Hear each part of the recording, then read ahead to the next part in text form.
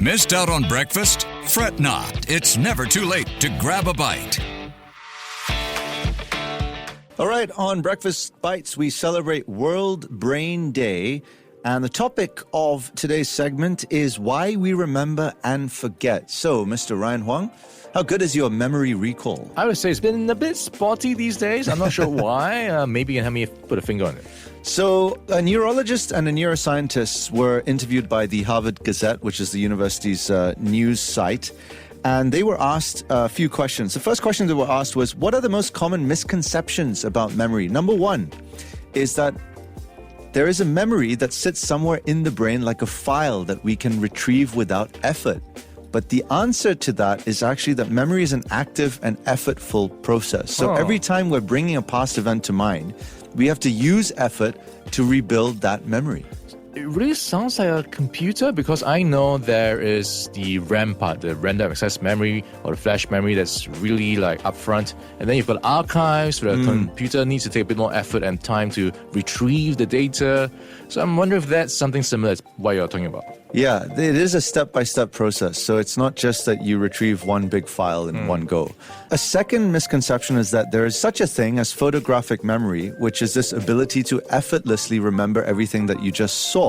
But there are reasons why we remember them. We were enjoying a song that we were listening to, or we were thinking about how bizarre something was, and those feelings or thoughts allowed that content to get into memory. So it might feel to us that we remember random things that we weren't trying to remember, but that's not actually the case. Okay, I think I can speak to that because I do remember certain emotions when some songs play. Exactly. It really brings me back to the day straight away. Yeah, you get transported into that moment right away.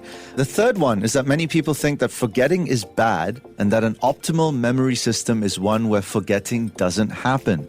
But forgetting is important because if every time that we were trying to make a prediction about the future or understand what's happening now, we have to sift through everything that's ever happened to us, it would be very inefficient.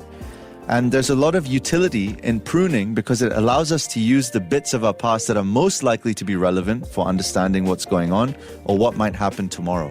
Why do we forget things? So we want to think about memory as having three different phases that must happen for us to have access to past content. Number one, to get the information into memory, a process that is referred to as encoding. Number two, you have to keep that information around. This is called storage or consolidation. It's like pressing the save button on the document you've just created on your computer. Number three, you have to be able to bring that information to mind in the moment that you need it. And memory failures can reflect errors at any of those different stages. One of the most common times when errors arise is in the initial encoding phase, where often what happens is that we're just not devoting enough effort or paying enough attention. For example, you go to a networking event and you meet 10 different people. You're not really going to remember every single conversation that you had unless something stood out to you. The next question, how can we make sure we remember things we need to remember?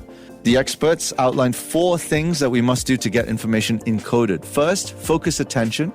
Second, organize the information, then understand the information, and then relate it to something else that your brain already knows.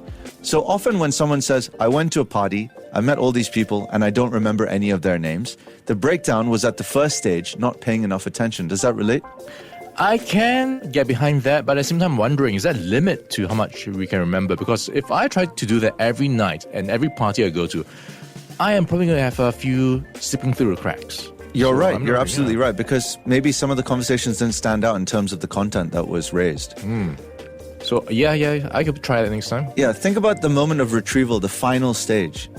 That is also an area where we can have failures. So, remember as a student, you know the content, but during an exam, you're not able to come up with it? Yeah, that's true. So I try to cram in as much as I can in the last minute so it's fresher. Yes. Or you're looking at someone's face, you know the person's name, but in that moment, you're not able to retrieve it.